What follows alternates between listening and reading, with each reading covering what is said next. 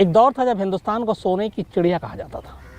हम लोगों ने किताबों में भी पढ़ा हमेशा, और ये मुहावरा भी था, लेकिन ये बेवजह नहीं है। वाकई एक वक्त ऐसा था जब हिंदुस्तान सचमुच सोने की चिड़िया जैसा था। बेशुमार दौलत, ख़जाना, बहुत सारी चीज़ें, खुशहाली। लेकिन अलग अलग दौर में बहुत सारे हुक्मरानों ने, बहुत सारे हमलावरों ने हिंदुस्तान पे हमला किया, लूटा खसोटा, और ये सिलसिला चलता रहा अंग्रेज़ों तक। उसके बाद हम आज़ाद हुए। तो पुरानी ऐसी बहुत सारी कहानियाँ हैं ख़जानों को लेकर, उनके रहस्य को लेकर। आज की कहानी ऐसी है, ख़जाने के रहस्य को लेकर है। लेकिन ये बात सिर्फ हवा हवाई नहीं है, सिर्फ कहानी नहीं है, बल्कि इसके दस्तावेज़ हैं। और इस ख़जाने के तार आज़ाद हिंदुस्तान की एक भारत सरकार से भी जाकर जुड़ता है। ये उस ख़जाने की कहानी है जिसमें देश की प्रधानमंत्री बाकायदा पुलिस, सेना और बाकी अलग अलग डिपार्टमेंट को भेजती हैं, कहती हैं जाकर ख़जाना ढूंढो। 5 महीने तक कोशिश होती है। ख़जाने की ये वो कहानी है जिसमें पाकिस्तान के प्रधानमंत्री भारत के प्रधानमंत्री को एक ख़त लिखते हैं और कहते हैं कि अगर ये ख़जाना मिला तो उसमें से हमारा हिस्सा हमें दे दीजिएगा। और इस ख़त का जवाब भारतीय प्रधानमंत्री बाद में देती हैं और कहती हैं कि एक तो आपका इस ख़जाने पे कोई हक़ नहीं है, दूसरा ख़जाना मिला ही नहीं तो दूँ कहाँ से। तो ये सारे दस्तावेज़ हैं, इसलिए ये कहानी जो है इसको हम लोग हवा हवाई नहीं कह सकते। कहानी है राजस्थान के जयगढ़ किले की, और उसी किले में दफन ख़जाने की। सैकड़ों साल पहले कहानी शुरू होती है और लगभग 1976 में जाकर ये कहानी ख़त्म होती है। कहानी ख़त्म हो गई, लेकिन राज अब भी बाहर नहीं आया। कोशिश करूंगा आपको सिलसिलेवार ये सारी चीज़ें समझाऊं और बताऊं। इमरजेंसी के दौरान बहुत सारी चीज़ें हुई अपने देश में। इस कहानी का एक पहलू इमरजेंसी भी है, लेकिन कहानी हम लोग शुरू करते हैं इमरजेंसी से बहुत पहले, जब मुग़लों का यहाँ पे शासन था भारत में और मुग़लों ने यहाँ पे हुकूमत की। अकबर बादशाह, मुग़लिया सल्तनत के एक बादशाह जिसका नाम हम सब जानते हैं, और उनके दरबार के नौरत्न ये भी हम जानते हैं, जिसमें एक बीरबल भी, और एक नाम था राजा मान सिंह। राजा मान सिंह अकबर के दरबार के नौरत्नों में बेहद ख़ास, सबसे ख़ास। और राजा मान सिंह की बहादुरी के किस्से बहुत सारे हैं। राजा मान सिंह अकबर के दरबार के न सिर्फ नौरत्न थे, बल्कि सेनापति भी थे।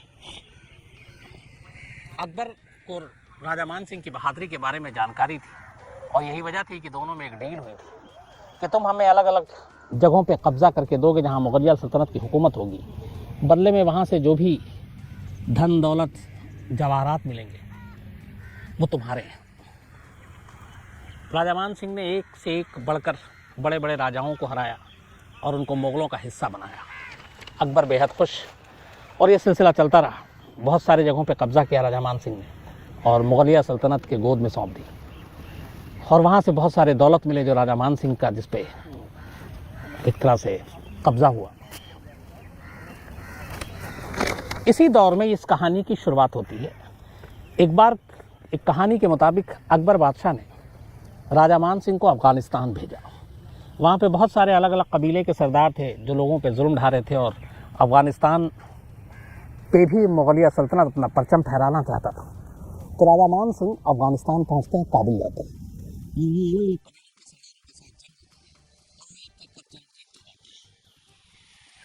अफ़गानिस्तान भेजने का एक और मकसद भी था, और वो मकसद था बीरबल की मौत का बदला लेना। अफ़गानिस्तान में एक यूसुफ ज़ई कबीला था, और कहते हैं कि बीरबल की मौत में यूसुफ ज़ई कबीले का सरदार का हाथ था।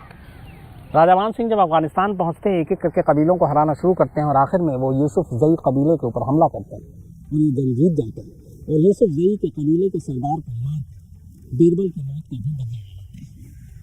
अब यहाँ से कहानी शुरू होती है। कहते हैं कि इस जंग के बाद राजा मान सिंह और उनके सैनिकों ने इन कबीलों के पास मौजूद बेइंतहा सोने को अपने कब्जे में ले लिया, और वो कई टन सोना था। यूसुफ ज़ई कबीले के पास से बहुत सारे सोना मिला। राजा मान सिंह जंग जीते, वापस हिंदुस्तान आते हैं, लेकिन जो सोना लेकर आए थे अफगानिस्तान में, इस बार वो अकबर बादशाह को इसके बारे में नहीं बताते, और वो सोना बेपनाह बहुत ज़्यादा था। कहानी ये है कि उस सोने को हिंदुस्तान लेके आने के बाद अकबर से छुपाकर राजा मान सिंह इसको आमेर के किले में दफना देते हैं, ये सारा जो खजाना था। इस कहानी की उस वक्त कोई चर्चा नहीं हुई। बहुत सारे सोने आमेर के किले में लाकर दफना दिया गया, राजा अकबर बादशाह को पता भी नहीं चला, और मान सिंह इस खजाने को खुद चुप तरीके से उन्होंने छुपा दिया। बात आई गई होगी, पहली बार इस खजाने का जिक्र एक अरबी की किताब में होता है, जो अरबिक भाषा में लिखा गया। उससे पहले चर्चाएं कभी हुई नहीं कि राजा मान सिंह ने इस तरह से कोई खजाना छुपाया, लेकिन एक अरबी की किताब आई जिसका नाम था हफ्त तिलिस्मात अम्बेरी। हफ्त तिलिस्मात अम्बेरी, जिसका मतलब ये है कि अम्बेर में, बल्कि अम्बेर के 7 खजाने। तो ये अरबी की किताब जब आई तो उस वक्त इस किताब में चर्चा हुई इस खजाने की, जो अफ़गानिस्तान से राजा मान सिंह लेकर आए थे और उन्होंने छुपाया था। इस किताब की चर्चा बाद में बहुत ज़ोरों शोर से हुई, और किताब में जिस तरीके से सारे खजाने का जिक्र था, उसको लोगों को लगा कि ये हवा में नहीं है, बल्कि इसके पीछे कुछ गहरी सच्चाई है। और उसी वक्त फिर तब तक बाद में मुग़लों का दौर चला गया, अंग्रेज़ आए, अंग्रेज़ों तक भी इस किताब की बातचीत आई, और कहा गया कि 7 टाँकों में अलग अलग, बल्कि बड़ी बड़ी विशालकाय पानी की टंकियाँ थी, उन पानी की टंकियों में इन सोने को और खजाने को छुपाया गया है। तो इस किताब के जिक्र आने के बाद बहुत सारे लोगों की नज़र पड़ी कि कुछ खजाना हो सकता है। अंग्रेज़ों के कानों तक ये बात पहुंची। अंग्रेज़ों ने कोशिश की, जयगढ़ के किले में भी तलाश करने की कोशिश की, लेकिन कोई फ़ायदा नहीं हुआ। धीरे धीरे मुग़लों के बाद अंग्रेज़ भी हिंदुस्तान से रुखसत हो गए, निकल गए, हिंदुस्तान आज़ाद हो गया। हिंदुस्तान के आज़ाद होने के बाद भी इस खजाने की चर्चा जारी रही कि एक खजाना है जो जयगढ़ के किले में छुपा हुआ है। किताब ने अफवाहों को और जोर दिया। अंग्रेज़ों के जाने के बाद इस खजाने की तलाश एक बार फिर नए सिरे से शुरू हुई। बात आई इमरजेंसी में, ये इमरजेंसी में ही कहानी जन्मी। 25 जून 1975 को, 25 जून 1975 को इंदिरा गांधी ने देश में आपातकाल लगा दिया, क्योंकि उनके चुनाव को लेकर उंगलियां उठी और उनके चुनाव को इल्लीगल करार दिया गया, अवैध करार दिया गया, जिसके बाद उनको इस्तीफा देना था। लेकिन इंदिरा गांधी ने इस्तीफा देने के बजाय पूरे देश में इमरजेंसी लगा दिया। देश के इतिहास में पहला मौका था।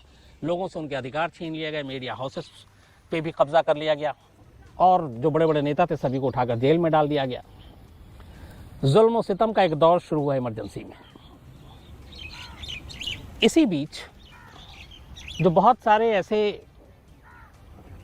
राजे रजवाड़े का परिवार चला आ रहा था, हुआ ये कि बांग्लादेश 1971-72 का जो वॉर था, बांग्लादेश की जीत इंदिरा गांधी की एक बड़ी जीत थी, जिसमें पाकिस्तान के 2 टुकड़े हुए, लेकिन उसका एक दूसरा नतीजा भी आया। मानसून उस साल बेकार हुआ, जंग में बहुत पैसे खर्च हुए, बेरोज़गारी बढ़ी, महंगाई बढ़ी, भूखमरी बढ़ी, धीरे धीरे लोगों का गुस्सा आना शुरू हुआ। इस दौरान में एक जेपी आंदोलन भी चला, और फिर ये इमरजेंसी की कहानी आगे। इंदिरा गांधी बहुत सारी चीज़ों को प्राइवेटाइजेशन कर रही थी, उसका भी विरोध चल रहा था। तो कुल मिला के इंदिरा गांधी के खिलाफ एक माहौल बना हुआ था, और वो ऐसे लोगों की आवाज़ को दबाने के लिए अलग अलग तरीके से, जैसे आज भी होता है CBI, इनकम टैक्स डिपार्टमेंट, इन लोगों का इस्तेमाल कर रही थी, और बड़े बड़े ऐसे घरानों के ऊपर भी दबिश डाल रही थी। और इन्हीं में से एक घराना था जयपुर घराना, और उस वक्त जयपुर घराने की जो नुमाइंदगी कर रही थी वो थी महारानी गायत्री देवी। जयपुर घराने की महारानी गायत्री देवी और इंदिरा गांधी में बिल्कुल भी नहीं बनती थी। गायत्री देवी ने 3 बार लोकसभा का चुनाव लड़ा, और तीनों बार उन्होंने कांग्रेस के उम्मीदवार को चुनाव में बुरी तरह मात दी। बल्कि पहला चुनाव जब उन्होंने लड़ा तो कहते हैं हार जीत का जो मार्जिन था वो पूरी दुनिया में एक रिकॉर्ड था। जो कांग्रेसी कैंडिडेट को गायत्री देवी ने हराया था, मतलब वो मार्जिन एक रिकॉर्ड था। 3 बार लोकसभा की मेंबर बनी, तीनों बार कांग्रेस के उम्मीदवार को हराया। इंदिरा गांधी और गायत्री देवी में एक रंजिश थी, दोनों एक दूसरे को पसंद नहीं करती थी। लोकसभा में भी ये बात कई बार गूंजी, और गायत्री देवी ने हमेशा इंदिरा गांधी का विरोध किया। इमरजेंसी लगे हुए लगभग साल हो चुके थे, और इसी दौरान इंदिरा गांधी को एक मौका मिला। वो जो अरबी की किताब थी हफ्त तिलिस्मात अम्बेरी, जिसमें अम्बेर में 7 खजाने की बात थी, इंदिरा गांधी को कुछ लोगों ने सुझाव दिया कि शायद जयगढ़ के किले में वो आज भी खजाना दफन है, तो क्यों ना उस खजाने को ढूंढा जाए। और कहते हैं इसमें बड़ा रोल प्ले किया संजय गांधी ने। उस वक्त संजय गांधी की तूती बोलती थी सरकार पर, एडमिनिस्ट्रेशन पर, बाकी हर जगह। कहते हैं इंदिरा गांधी बेशक प्रधानमंत्री थी, लेकिन असल में फैसला संजय गांधी लिया करते थे। गायत्री देवी के साथ जयपुर घराने में वैसे रिश्ते खराब थे। इसी के बाद इंदिरा गांधी ने एक फैसला लिया। 10 जून 1976, 10 जून 1976 को उन्होंने, इमरजेंसी अभी चल रहा था, जयगढ़ किले पर इनकम टैक्स डिपार्टमेंट की टीम भिजवाई और कहा कि यहाँ पे कुछ खबर मिली है। और इमरजेंसी के दौरान गायत्री देवी को ऑलरेडी गिरफ्तार किया जा चुका था। उनको गिरफ्तार मीसा के तहत नहीं किया गया था, जो उस वक्त एक कानून था, बल्कि उनको गिरफ्तार किया गया फॉरेन करेंसी के इल्ज़ाम के मामले में कि वो गैर कानूनी तरीके से उन्होंने फॉरेन करेंसी रख रखी है। तो गायत्री देवी को भी गिरफ्तार कर बाकी नेताओं की तरह जेल भेज दिया गया। इसके बाद इंदिरा गांधी के आदेश पर इनकम टैक्स डिपार्टमेंट की टीम वहां पहुंचती है, लेकिन उसके साथ पहुंचती है पुलिस और आर्मी तीनों। वहां जाकर अब ये लोग जयगढ़ किले में तलाशी लेते हैं। खबर फैलती है कि तलाशी असल में कुछ और नहीं है, बल्कि उसी राजा मान सिंह के उस गुप्त खजाने की तलाश है। और कहा गया कि इसके पीछे संजय गांधी है। और ये भी उस वक्त बड़ी चर्चा हुई थी कि सारा खजाना जो है वो इंदिरा गांधी और संजय गांधी यहाँ पे हड़पने आए हैं, और इसीलिए ये सारी चीज़ें भेजी गई हैं। बीच बीच में आर्मी के कई अफसर वहाँ पे जब हेलीकॉप्टर से लैंड करते तो अफवाह उड़ती खजाना मिल गया। एक खबर ये भी है कि एक बार संजय गांधी वहाँ पे चॉपर से लैंड किए तो लोगों में ये उड़ा कि शायद खजाना मिल गया और अब वो सारे खजाना यहाँ से ले जाएंगे। तो ये अफवाहें चल रही थी कि इस खजाने को इंदिरा गांधी और संजय गांधी हड़पना चाहते हैं, और इसीलिए ये तलाशी चल रही है। खजाने की तलाशी चलती रही। जयगढ़ किले पर लगातार police, army, income tax department अपनी तलाश जारी रखे हुई थी। बल्कि बीच में ये हुआ कि फिर पूरी तरह से आर्मी को दे दिया गया। आर्कियोलॉजिकल सर्वे की टीम को भी इसमें लगाया गया और कहा गया कि आप लोग बस खजाना ढूंढो। खजाना ढूंढते रहे। संजय गांधी के जयपुर पहुंचने से और अफवाहों को बल मिला कि शायद खजाना मिल गया है, लेकिन तब तक कोई खजाना नहीं मिला। अब सवाल ये था कि राजा मानसिंह ने आमेर के किले में वो खजाने को दफन किया था, तो जयगढ़ किले पे खजाना क्यों ढूंढा जा रहा था? राजा मानसिंह द्वितीय, सेकंड, 1726 में जयगढ़ किला बनवाया था। राजा मानसिंह सेकंड ने 1726 में इस जयगढ़ के किले को बनवाया था, जहां पे इंदिरा गांधी के आदेश पर खजाने की तलाश हो रही थी। पर सवाल यह था कि खजाना तो आमेर में रखा था राजा मानसिंह ने, तो जयगढ़ किले में क्यों? तो असल में कहा गया कि इस महल में जो जयगढ़ का जो किला है, इसमें एक सुरंग बनी हुई थी, और ये सुरंग का एक हिस्सा राजा मानसिंह के 1592 में बनाए आमेर के उस किले में जाकर खुलता था। यानी आमेर का किला 1592 में बना था, जयगढ़ का किला 1726 में बना, लगभग आप ये मान के चले 2-2.5 साल बाद। लेकिन जयगढ़ के किले से एक सुरंग सीधे आमेर के किले में जाता था। अब ये बात जब सामने आई तो ये हुआ कि असल में इंदिरा गांधी के कहने पे तलाशी तो चल रही है जयगढ़ किले की, लेकिन उन सुरंग के जरिए खजाने की तलाश हो रही आमेर के उस किले में जहां राजा मानसिंह ने खजाने को छुपाया था। ये बातें बड़ी तेज़ी से फैली और इसीलिए इन दोनों को जोड़कर देखा गया।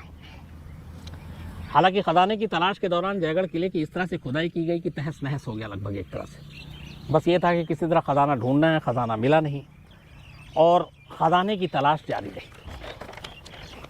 इस दौरान खजाने की तलाश जब जारी थी और ये बात अब धीरे धीरे जयपुर से बाहर खबर आ रही थी, क्योंकि जयपुर में भी जो जयगढ़ किला है वहाँ पे उसके आसपास कुछ दूरी तक एक तरह से कर्फ्यू लगा दिया गया था और कहा गया था कि कोई भी आम आदमी इधर दिखाई देगा तो उसे गोली मार दी जाएगी। इमरजेंसी का दौर वैसे ही था, तो इतनी हिफाजत के साथ आसपास में लोगों को हटाकर इस किले में तलाशी चल रही है, उससे लोगों को शक और पुख्ता हो गया कि ज़रूर ये खजाने का मामला है और सरकार खासतौर पर इंदिरा गांधी और संजय गांधी इस खजाने पर नज़रें गड़ाए हैं और ये इस खजाने को यहाँ से लेकर चले जाएंगे। तो ये बात धीरे धीरे जयपुर से दिल्ली और बाकी जगहों पर फैली।